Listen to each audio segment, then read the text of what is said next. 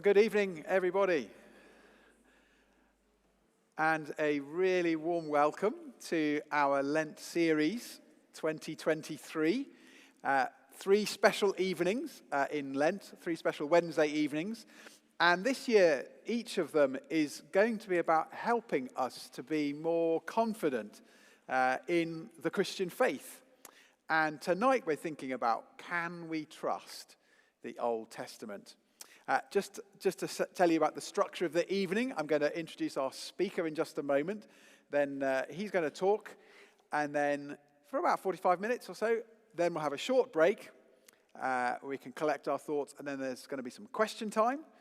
And then at about 9:15, we'll have refreshments, tea, coffee, and some lovely cakes and things to share. But without further ado, let's meet George. So, George. Hello. So good to have you with us. Welcome back. Thank you. It's great to be here. It's a Holy Trinity. But tell us briefly then, who are you and where are you from? I'm George, and my Google Maps tells me that my home is still the vicarage here, which I should probably change. But I did grow up here, but I currently live in Hitchin in North Hertfordshire. Fab. And briefly, how did you come to be a follower of Jesus? So I have the great privilege of saying that I never remember a day that I wasn't a Christian, that I didn't follow Jesus. But being at this church growing up was definitely a great help, and I had great parents teaching me the gospel from my infant days, and great Sunday school leaders, and great people at this church raising me to be a Christian. Great, wonderful. And so what, I know you're going to tell us a bit about what you're doing now, but just very briefly, what do you do now? So the last time I was here, I was just about to start university, and I went to study archaeology, but mainly a subject called Assyriology, which is the study of ancient Assyria and Babylonia. I've just been doing that basically ever since then. I've just finished a PhD looking at Babylonian religion, and now I work for a place called Tyndale House, which is a Christian research centre in Cambridge. Got a research library that Nick comes and uses every so often, and I'm working for a research team there looking at the historical reliability of the Old Testament. Great. So we better let you tell us about it then. Thank you very much indeed for coming along this evening. My pleasure. Over to you. Great.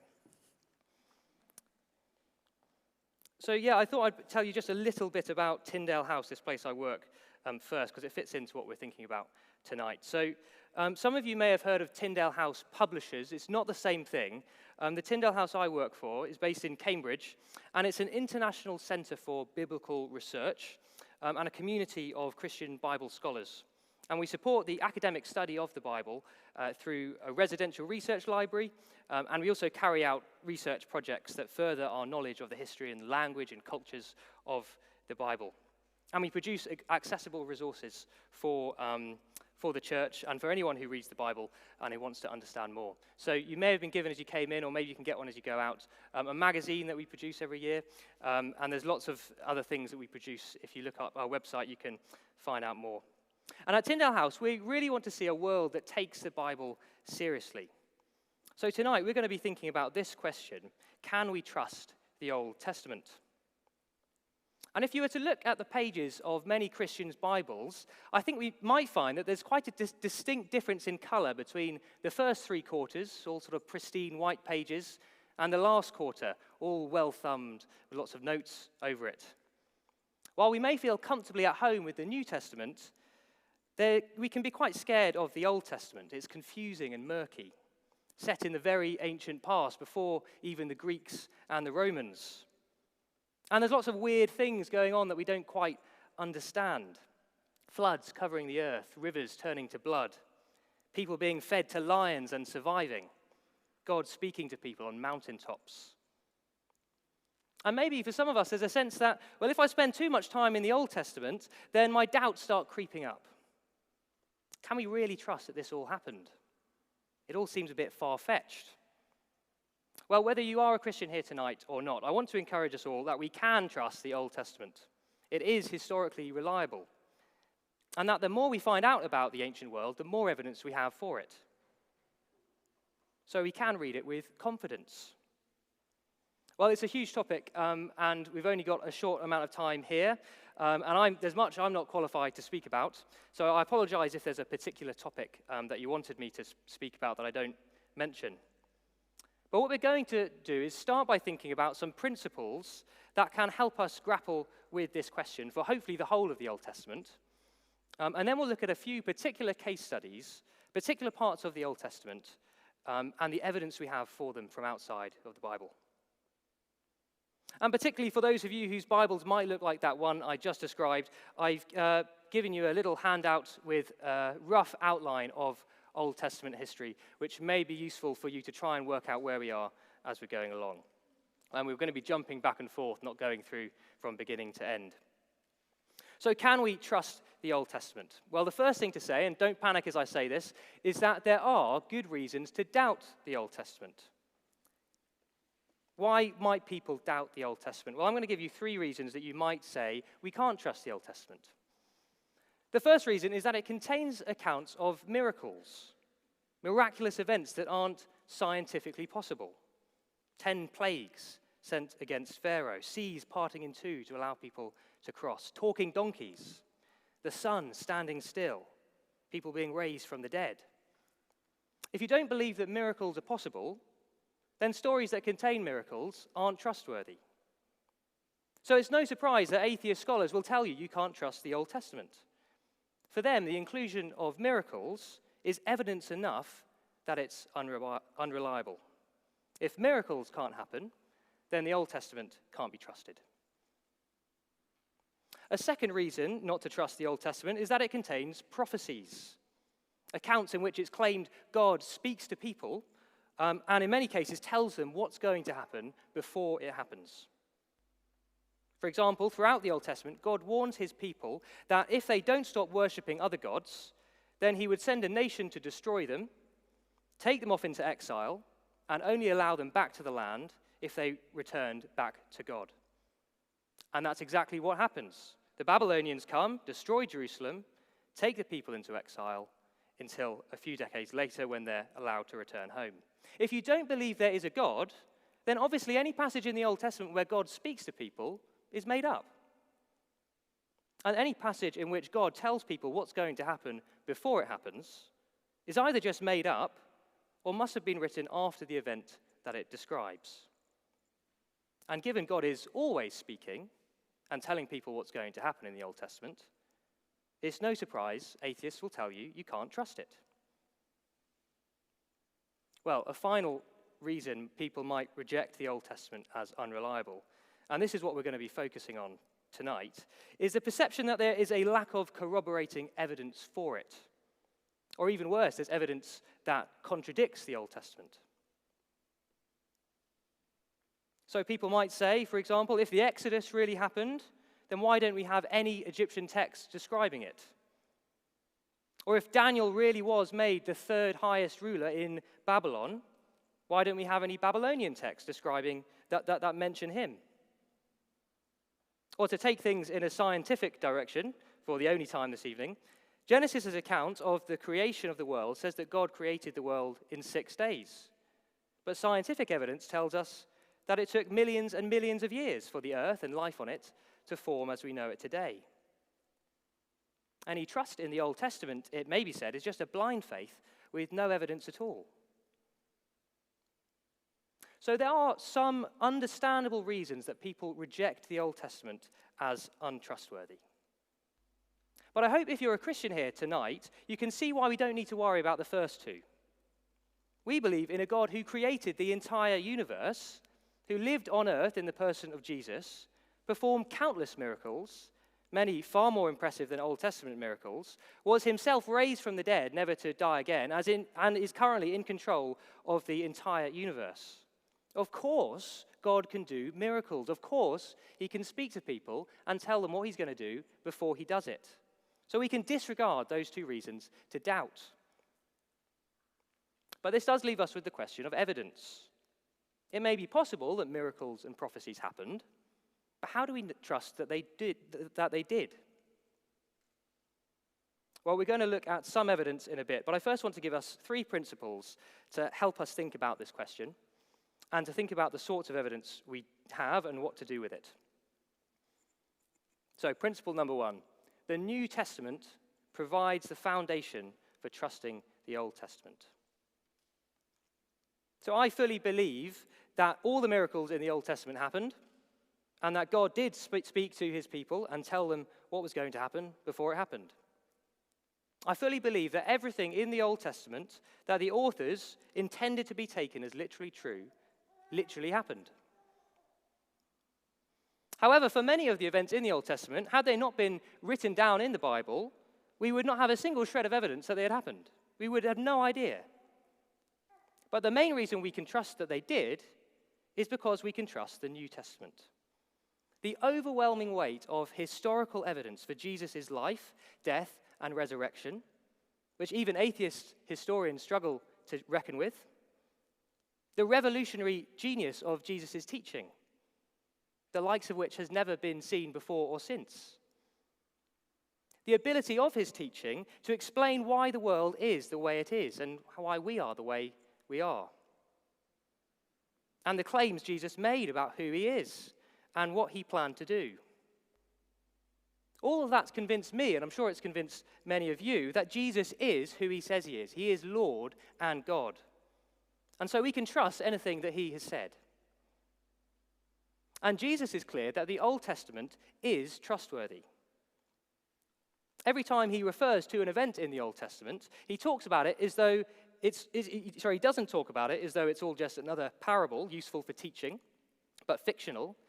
But instead he talks about it as history, as events that actually happened. And how could he be so sure it all actually happened? Well, he was there. He is God. In John chapter 8, I hope you can see that. He's talking to the Jews, and he tells them, "Your father Abraham rejoiced at the thought of seeing my day. He saw it and was glad." And they're standing around thinking, how on earth do you know that he saw it? What on earth are you talking about? You're not even 50 years old, and you've seen Abraham. And he says to them, "Very truly I tell you, before Abraham was born, I am." Jesus is the God who created the world in Genesis, who called Abraham, who led his people out of Egypt, who spoke to the prophets, and ultimately who all the prophets, the whole Old Testament, points towards. He is the main character of the Old Testament. And he saw the whole thing as his inspired, trustworthy word. So of course we can trust it. So our trust in Jesus and in everything that he said has to be the foundation for our understanding of the Old Testament, regardless of whether we have extra evidence to bring from outside. If Jesus is who he says he is, then I can trust what he says about the Old Testament.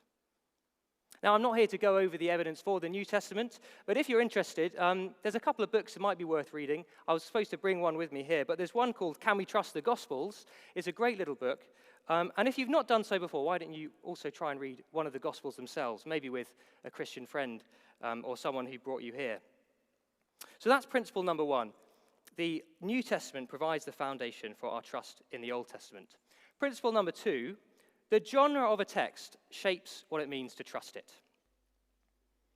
So in order to understand a biblical book or passage properly, we need to understand what sort of genre it is. And there are 39 Old Testament books in our Bibles, and they're not all the same genre.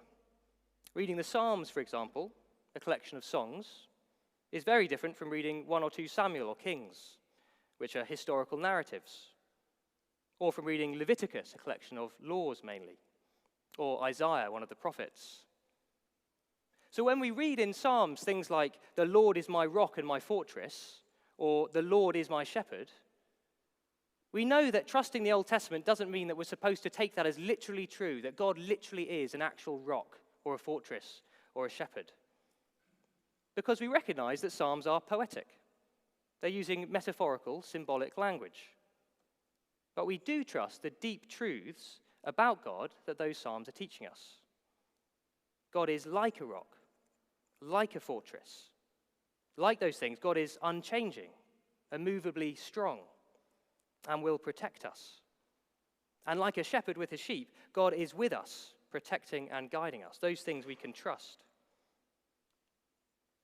On the other hand, when we read in books like 2 Kings, which is written as an historical account, that the angel of the Lord went out and put to death 185,000 in the Assyrian camp, then trusting the Old Testament means to trust that the angel of the Lord literally did go out and put to death 185,000 people in this Assyrian camp. Much of the Old Testament is clearly presented as providing historical accounts of the story of God's chosen people. Like all historical accounts, they don't mention everything that happened, and sometimes they'll tell their story in a way that's very different from how we would tell history. And so we need to understand our distance from them as well. But it is intended to be taken literally. If the book of the Bible is claiming to be reporting historical events, then we can't smuggle in some metaphorical or symbolic reading to explain things away. And when it comes to prophecies or visions, sometimes what God is saying is very explicit and clear, and sometimes he uses more poetic, symbolic language. I'm sure there's a lot of things that won't be entirely clear to us until we are on the other side of eternity. But with God's help and through the help of the church, we can often discern how we're supposed to trust difficult passages of prophecy. And then there are a few sections of the Old Testament that it is just really hard to know what the genre is. Perhaps the most debated of these is the opening chapters of Genesis, and most specifically, the creation of the world in 6 days in Genesis 1. Are we supposed to take this literally, or are we allowed to interpret it symbolically? Well, some Christians would say, well, there's nothing in the text to indicate that we're not to interpret it literally. And they would say that regardless of what scientists tell us, the world really was made in 6 days.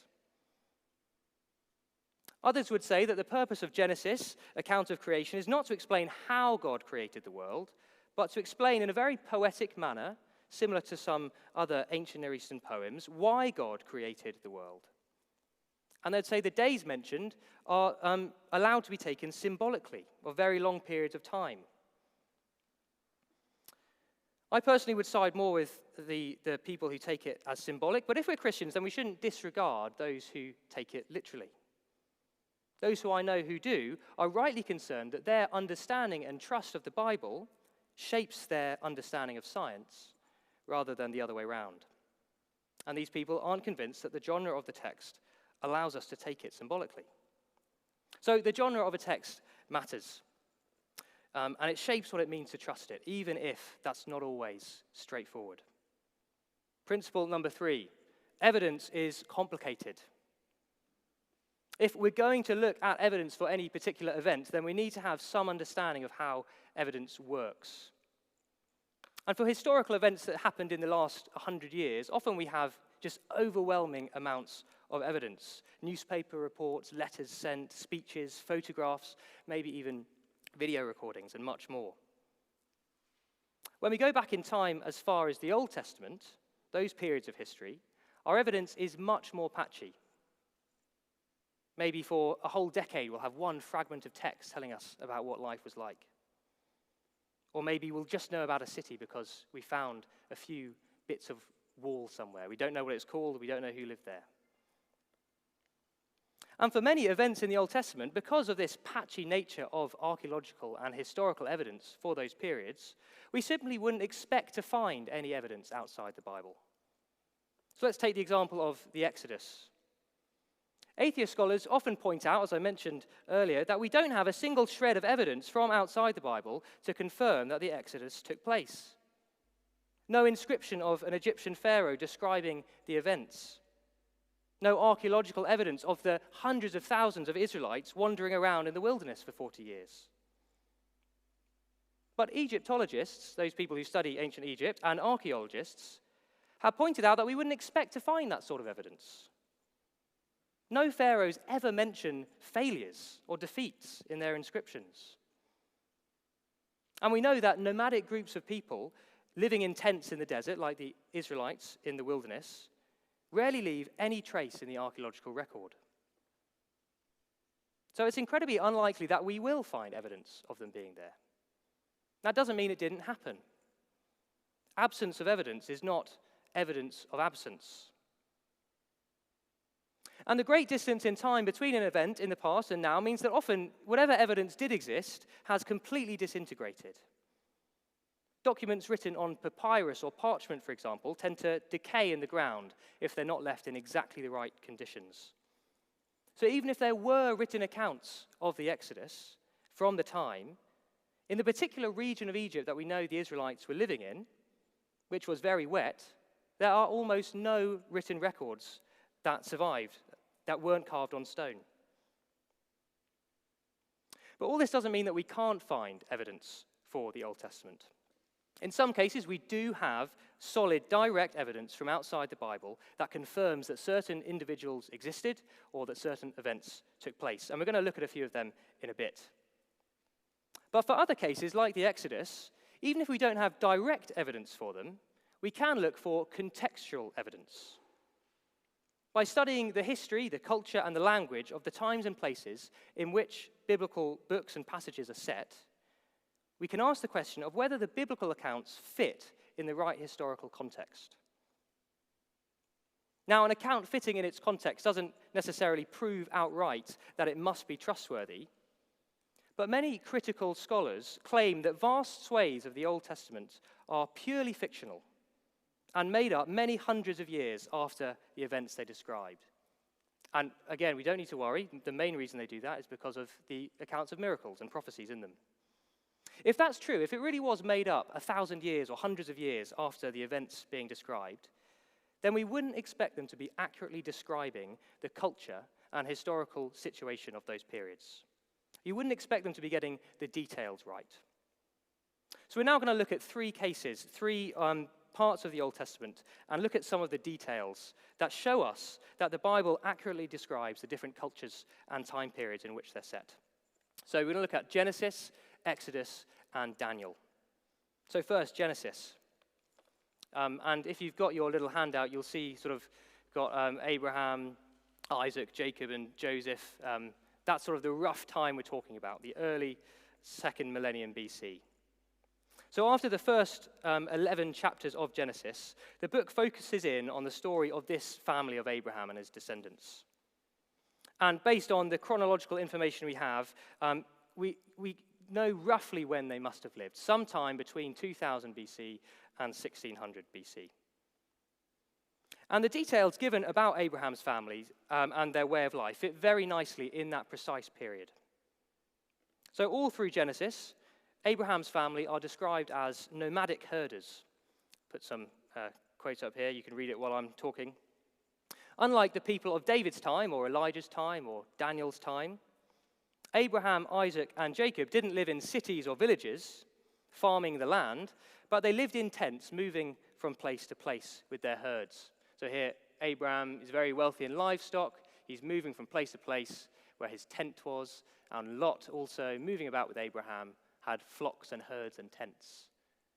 And then the end of Genesis as well, Joseph's brothers tell Pharaoh that they're shepherds, and they've wandered over, and they're allowed to sort of pasture their sheep in Egypt.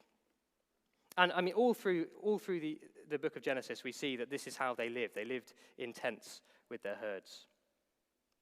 And also we're told that Abraham's family started off down here. Now, the writing's probably too small for you to see, but he starts off in a place called Ur, which is down in southern Mesopotamia, in modern-day Iraq. And then we're told he moves all the way up to a place called Haran, up here, before then moving down to the promised land of Canaan. But even when he's down here, Abraham and all his family keep wandering all around. They go to Egypt, they come back. Jacob goes up to Haran. They're all wandering around all the time. And we know from thousands of written documents from around the time of Abraham that nomadic herders were very, very common in this period. And they would often travel back and forth over hundreds of miles with their flocks. And that sort of way of life, while it did persist and still does persist today for some, was nowhere near as common in later periods as it was in this particular period.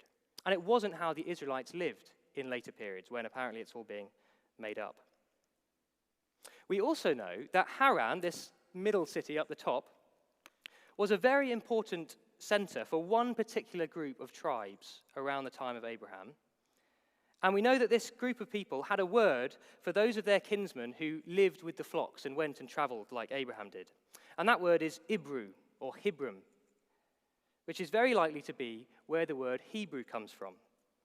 And when the word Hebrew gets introduced in Genesis, it's always to describe this sort of Abraham and his friends and his family sort of wandering around, and it's not a nice word to be using for someone. And some of the people groups' customs, these people from whose homeland was Haran and who had this word Hebron, some of their customs really fit well with the weird things we see Abraham doing.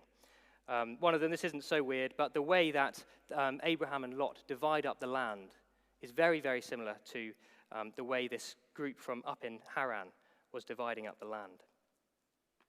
And we only know about these groups of people and their customs from letters that they sent and economic documents that they wrote. They weren't remembered thousands or hundreds of years after they were around. And by the time that these critical scholars are saying all this was made up, they were long gone. Some of the historical details in Genesis also fit the time period well.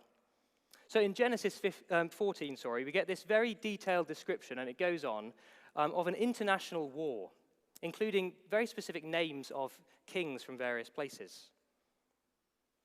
And for a long time, scholars assumed that this couldn't be true. It had to be made up, partly because there was no record of it from outside the Bible.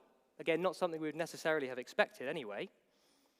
But also, it mentions, do you see the second line down? You get this guy, Kedorlaomer, king of Elam, and he's mentioned again at the bottom. It mentions this king of Elam getting involved in affairs in Canaan. Now, if we go back to our map here, it might be too small, but do you see Elam? Do you see the Persian Gulf coming up there? It's just, I can't jump that high, but, oh yeah, there we go, yeah, okay. Do you see that there? That's Elam, okay? And this is Canaan down here. So scholars for a long time thought there's no way that a king of Elam, which was never a particularly important place, or so they thought, was getting involved and actually had power over kings from, if we look up all those locations, all over this area here. But now we know, as is often the case when more documents turn up, that actually only at this sort of time of Abraham, the early second millennium, Elam was a very, very important power and did hold sway over most of this region for a little bit of time. It only really fits in this particular context, this series of events, this international war, even if we don't have any texts outside of the Bible mentioning it. And the name of this king, too, Kedorlaomer, is a very nice Elamite name.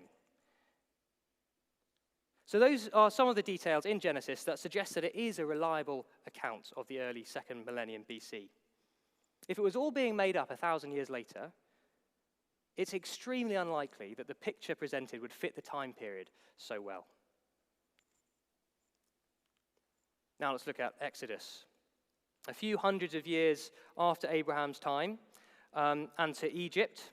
Now, you'll see on your handouts, I've put the Exodus in a particular place, but there's much debate over when the Exodus was, and no one thinks it was, if you were to draw a line and calculate the year that I put it at, no one thinks it was then, but that's kind of like a midway point between the two theories. Sometime either probably in the 15th century BC or in the 13th century BC. And as with Genesis, the details we get in the book of Exodus fit nicely in both of those centuries, in that sort of period around the later second millennium BC. So, for example, we're told in Exodus that the Egyptians made the Israelites slaves and forced them to make bricks and build for them and put them to work in the fields. And we know from Egyptian sources that from the 16th century to the 12th century BC, so nicely fitting in when both sets of people think the Exodus took place, the Egyptians did force loads of foreign people into slavery, putting them to work on building projects and making bricks and working in the fields, exactly as we have in Exodus.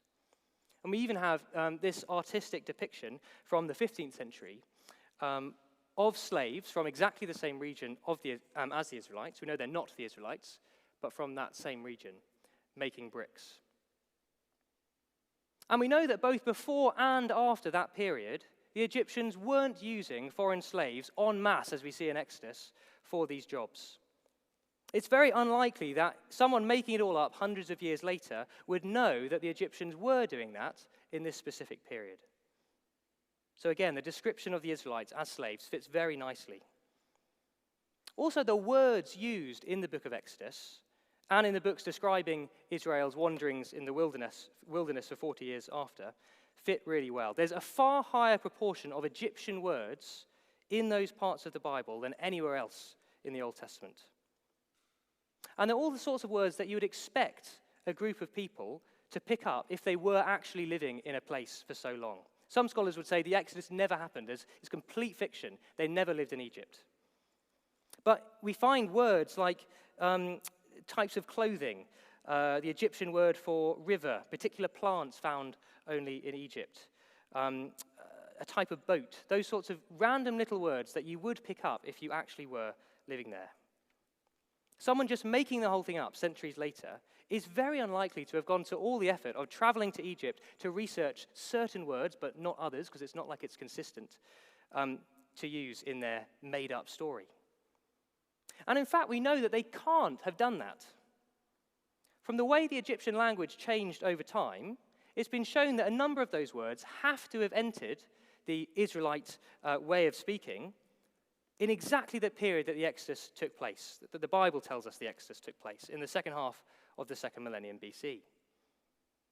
So if the Exodus was completely made up, it's very difficult to explain details like that. Okay, now forward a few hundred years to Daniel. Again, if you look at your handout, we've got this sort of split that happens. After Solomon, the kingdom of Israel splits off into two, the northern kingdom of Israel, the southern kingdom of Judah. The northern kingdom gets wiped out by the Assyrians. The southern kingdom eventually gets taken into exile by the Babylonians, and Daniel ends up in exile, living and working for the Babylonian government.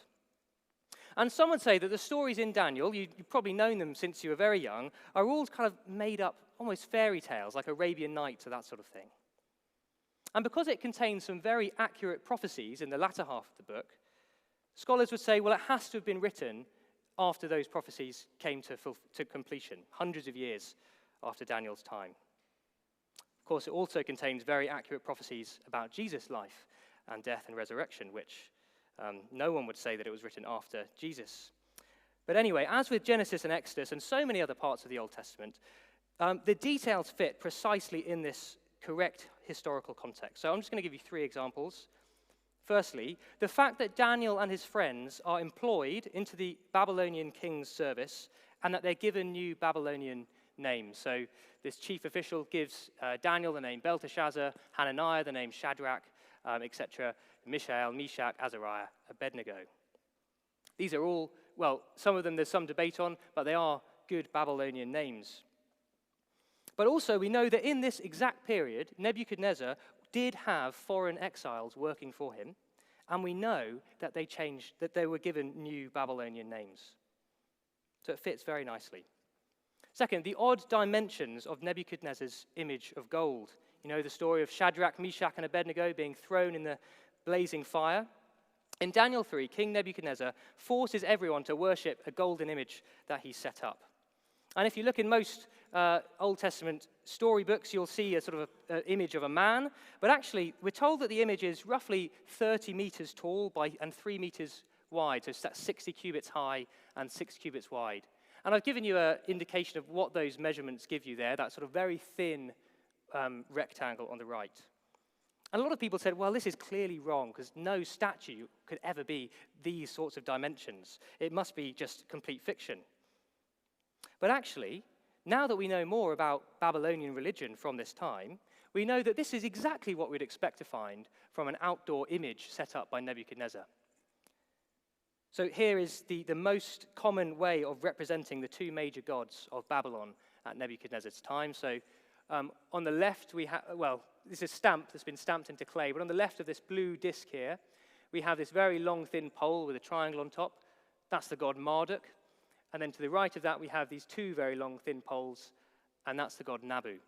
And that was the shape of any sort of image of these gods that you would see if you were walking around Babylon and being asked to worship a god. And it fits very nicely with this long, thin dimensions that we're given here. And that method of depicting gods died out not long after Judah's exile in Babylon. So it's incredibly unlikely that someone making this all up in the period that scholars would say would give these odd dimensions. And third, Daniel 5 tells us that the king of Babylon, when the Persians invaded, was a guy called Belshazzar. A lot of people have wanted to see an issue here because we know from official Babylonian texts that actually the king of Babylon at the time was Belshazzar's father, called Nabonidus. But now, when we know that scholars have looked deeper into the sources from the period, and it's become clear that Belshazzar's father was just a puppet king, and that Belshazzar was actually always the true ruler. And everyone in Babylon at the time would have known that. And only someone writing at the time would have known that. That was forgotten pretty soon after the Persians invaded. And there are many more examples that we could look at from throughout the Old Testament. All through the Old Testament, the details show that we have in our Old Testaments accurate accounts of the very ancient past that we can trust. And just briefly, it's worth saying that it's these sorts of details that the team I work for at Tyndale House is looking into. We're specifically looking at the names of people in the Old Testament. So names change from place to place and over time. When I was born, my granny told my parents, "You can't name your son George, that's an old man's name." But actually, it was the most common boy's name in the year I was born and has remained popular since. Names come in and out of popularity. And we have thousands of names in the Old Testament. It's incredibly unlikely that someone making up the Old Testament, thousands, well, in the case of the earlier books, thousands or hundreds of years after the events took place, that they would get the names right, for the right locations, the right time periods. So do the names of people in the Old Testament fit in their context? That's what we're trying to answer. Early indication is yes, they do, but we're not quite there yet, showing it conclusively. We're now going to look at a few cases where we do have solid, direct evidence from outside the Bible that confirms, no doubt about it, that events took place. We're just going to look at three of them. Firstly, King David. Now, King David is a very important character in the Old Testament, but until the early 90s, many scholars didn't believe that he even existed. But then in 1994, this stela here was excavated in Jerusalem, and it was written in the Aramaic language by one of ancient Israel's enemies, the Arameans, in the 9th century BC, so just after 100 years after David would have lived. And in it, a king, probably the Aramean king Hazael, mentioned in the Bible, mentions defeating, this is the highlighted bit I'm going to show you here, he mentions defeating the king of Israel. It's a bit broken, so all the bits in square brackets are this bit in the broken bit to the left. He defeats the king of Israel, and he kills someone from the house of David, referring to the southern kingdom of Judah. Now, not only does this fit really nicely with the account of Hazael's war with Israel and Judah in 1 Kings, but it also confirms that David was a real historical character and that he had a dynasty named after him. And today, because of this inscription, there are very, very few scholars, the vast majority of scholars, whether Christians or atheists or anything in between, they all accept that David was a real king. Case study 2, the Assyrian invasions. Well, one of the major bad guys in the Old Testament are the Assyrians, and I spend most of my time studying the Assyrians and the Babylonians. And in the late 8th century BC, you can see that's the little bit where the dot is up the top of the breakout bit of your timeline. The Assyrians had a formidable empire and were almost unbeatable in battle. And in the book of 2 Kings, we learn that after centuries of worshipping other gods, God sent the Assyrians to wipe out the northern kingdom of Israel.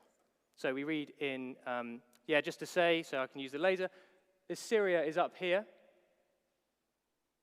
Babylonia is down there.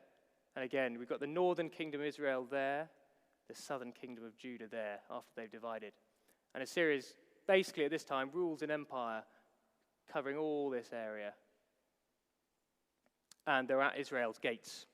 And so we read in 2 Kings 17, the king of Assyria invaded the entire land, marched against Samaria, that's the capital city of the northern kingdom of Israel, and laid siege to it for 3 years. In the 9th year of Hoshea, the king of Assyria captured Samaria and deported the Israelites to Assyria. He settled them in Halah, in Gozan on the Habor River, and in the towns of the Medes. And what's really cool, I mean, this is a horrible thing to have happened, but we have plenty of evidence for it from outside the Bible that confirms that it did happen. So here we have a clay prism. It's about this big. And the great thing about the way the Assyrians and the Babylonians wrote, they wrote on clay, and it survives really well over thousands of years in a way that parchment or papyrus doesn't. So this is an account of the Assyrian king's invasions of various different places, and it includes in it this passage. The Assyrian king says, "I fought the people of Samaria, who had conspired with an enemy king not to serve me or give tribute, and who wanted battle. I counted 47,280 people, along with their chariots and the gods who helped them, as plunder. I bound 200 of their charioteers into my royal contingent and settled the rest of them in Assyria." So just as 2 Kings had said, the Assyrian king himself tells us that he invaded Samaria and deported its people. It even confirms that they had been worshipping more than one god. It says they, where is it? It says, they took off the gods who helped them. So presumably they had temples filled with statues to other gods. And in other Assyrian sources, we even have evidence of people from Samaria in exactly the towns that 2 Kings says they were taken to. The biblical account goes on to tell us that not only did the king of Assyria deport the people from Assyria, from Samaria, force them to leave and live somewhere else, but that he also moved people from elsewhere in his vast empire to live in, to replace the Samaritan population. So we read in 2 Kings, the king of Assyria brought people from Babylon, Cutha, Ava, Hamath, and Sepharvaim, and settled them in the towns of Samaria to replace the Israelites. They took over Samaria and lived in its towns. And again, if we go back to our Assyrian king's inscription, he says exactly the same thing. Well, he says he did this exact thing. I restored Samaria so that it was greater than it had previously been. I brought into it people from lands conquered by my hands. I installed a eunuch as governor over them and counted them as people of Assyria. So we have direct confirmation from the king of Assyria himself that exactly what the Bible says happened. But that wasn't the end of trouble from the Assyrians. While the northern kingdom of Israel had been wiped off the map and replaced by a foreign population, the southern kingdom of Judah still remained, and that's that bottom line on your timeline. And a couple of decades later, around the time of Isaiah on that timeline, well, exactly the time of Isaiah on that timeline, we learn in 2 Kings and in Isaiah and in 2 Chronicles that another Assyrian king called Sennacherib invaded Judah. This is what we read in Isaiah 36. And all 3 of those books have very long accounts of this invasion. In the 14th year of King Hezekiah's reign, Sennacherib, king of Assyria, attacked all the fortified cities of Judah and captured them. Then the king of Assyria sent his field commander with a large army from Lachish, remember that name, to King Hezekiah at Jerusalem. And once more, the Assyrian king Sennacherib's own inscriptions confirm exactly this. So here we have another big clay prism about this big, and you can go and see it in the British Museum. There's various other ones with exactly the same text on it elsewhere throughout the world now in museums. And Sennacherib says in this inscription, "As for Hezekiah, I surrounded and conquered 46 of his fortified cities and fortresses, as well as the smaller towns in their vicinity. I shut him inside Jerusalem, his royal city, like a bird in a cage." Both the Bible and Sennacherib's inscriptions agree that Sennacherib invaded Judah, conquered the kingdom's fortified cities, and lay siege to Jerusalem. That's the city of Judah here. In fact, Sennacherib even commissioned an artistic depiction of his invasion of Judah. It depicts the destruction of one particular city, that city Lachish, mentioned in Isaiah and in 2 Kings and Chronicles. And this is just a part of it. You can go and see it in the British Museum when they open up that gallery, hopefully soon. It's a big room that you can walk around, and in it we see just how brutal the Assyrians were. We have the city gate of Lachish with defenders throwing down burning torches. The Assyrians are coming up in battering rams. People are fleeing. So there's the city gate there. Women are fleeing out of the gate. And this is quite gruesome, so do be warned. But we have 3 men being impaled on stakes here. And it goes on, and we see them eventually being the people from the city bound and led before the Assyrian king. There he is. His face has been hacked out a few decades later when his palace was burnt down by invaders. But here, this little inscription up the top says, Sennacherib, king of the world, king of Assyria, sat on his throne as the loot of Lachish passed before him. And we know from archaeological excavation of the town of Lachish that this is a very accurate description of what happened. We found the siege ramps, the slingshots that the Assyrian army used, as well as arrows as well. And so we have multiple accounts in the Bible and outside. We have artistic depictions, and we have archaeological remains too. The Bible tells us, and Sennacherib subtly fails to mention it in his inscriptions, but that the Assyrians failed to conquer Jerusalem. He trapped him in Jerusalem like a bird in a cage. But it's at this point that we learn in the Bible that the angel of the Lord wiped out 185,000 of Sennacherib's men in the night, leaving him to hurry home. And this takes us on to our last case study, the Babylonian exile.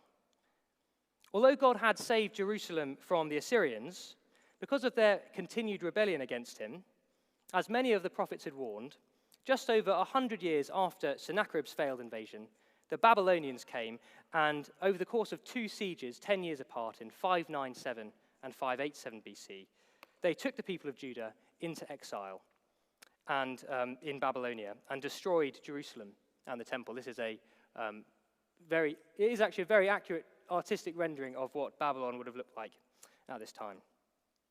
Here's how the first siege is described in 2 Kings 24. At that time, the officers of Nebuchadnezzar, king of Babylon, advanced on Jerusalem and laid siege to it. And Nebuchadnezzar himself came up to the city while his officers were besieging it. Jehoiakim, king of Judah, his mother, his attendants,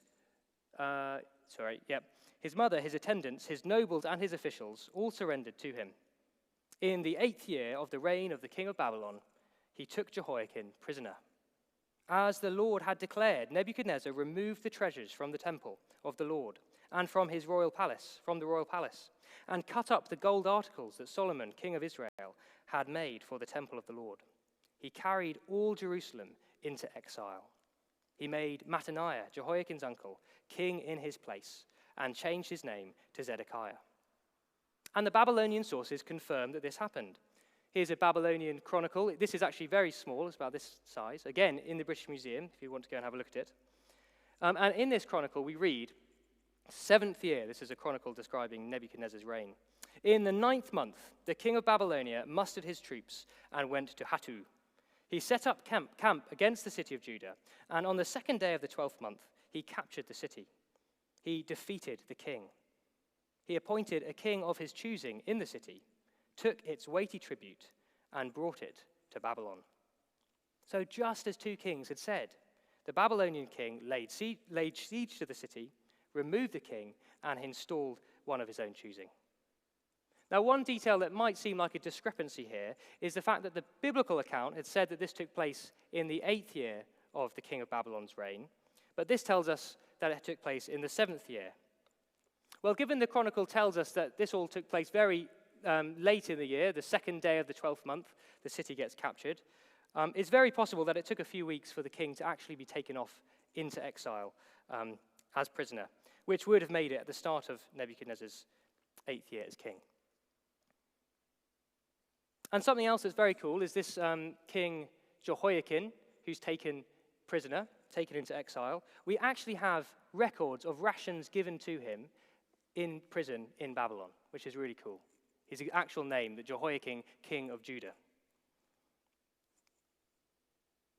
And until fairly recently, we had very little evidence of any Judean people actually living in exile in Babylonia. But a few years ago, an archive of about 100 or so tablets has been published, there's about 100 or so more, from a town that was built just to put exiles in it. It was called the town of Judah, which was the Babylonian name for Jerusalem.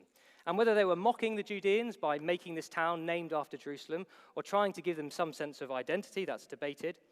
But from it, we can see that the biblical account that literally thousands and thousands of people were taken off into exile is true.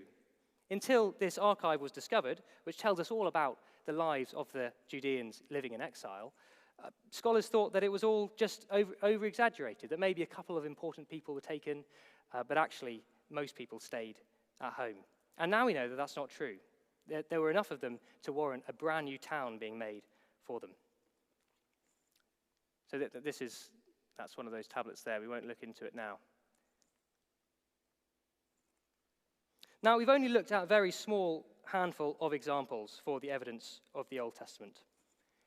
But it remains the case that the more sites that are uncovered by archaeologists and the more inscriptions that are translated, the more evidence we find for the Old Testament's reliability. A couple of hundred years ago, the languages of the Arameans and the Assyrians and the Babylonians, or the Egyptians, in which the sources we've been looking at come from, hadn't been deciphered. And all we had to go on for the history of this time period was the Old Testament itself. But as these languages have been deciphered, and as more archaeology's been done, we just find that again and again, it confirms the biblical account. And every few years, another person from the Bible whose existence was doubted pops up in a little tablet somewhere. So can we trust the Old Testament? Yes, we can. And I just want to say quickly that if you are interested in what we're doing at Tyndale House, we're a charity.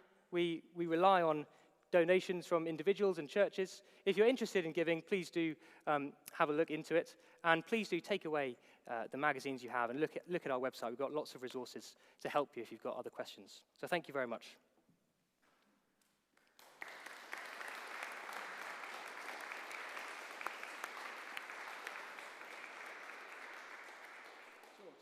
George, thank you so much. That was really fantastic, really, really interesting. And we look forward to, in a moment, having a chance to ask you some questions. We're going to have 5 minutes.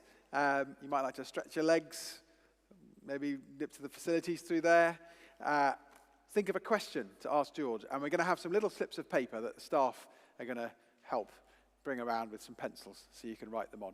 So let's have 5 minutes to give you a break for 5 minutes before we put you to a test. So thank you. Thank you.